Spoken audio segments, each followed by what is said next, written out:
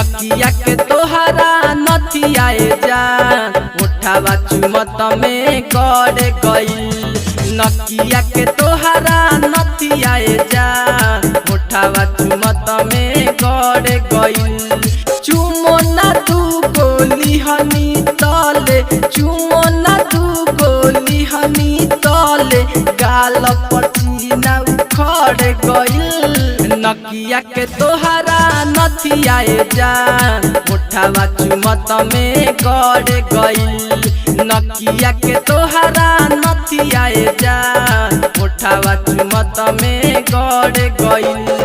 Mix by Sanwariya digital recording studio, Barhima मोड़, गोपालगंज। बरहिमा मोड़, गोपालगंज।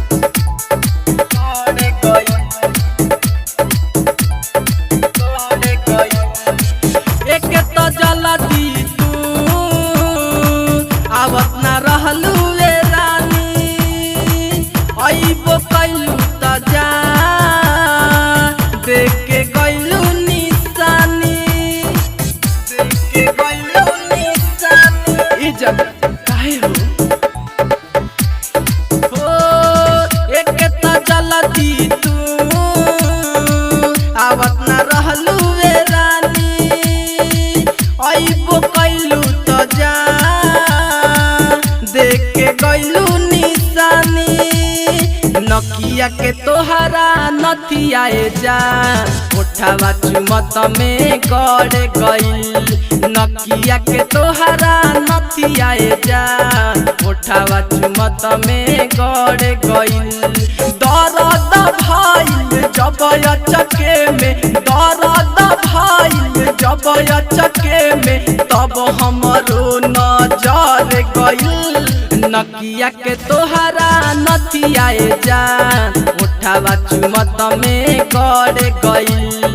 नकिया के तोहरा नथिया जान उठावा चुमत में गड़ गइल।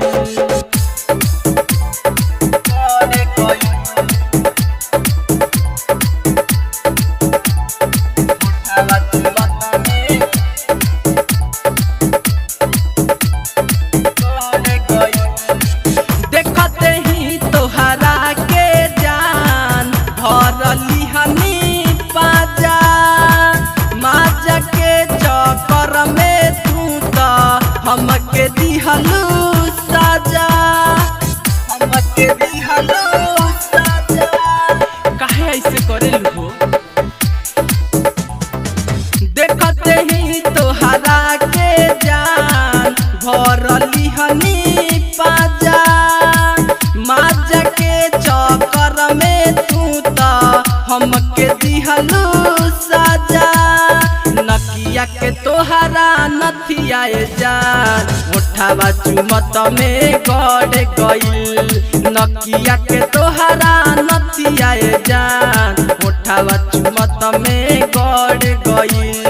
राइटर रविंदर देहाती के सामने, राइटर रविंदर देहाती के सामने तो पल चीजवा घर गइल।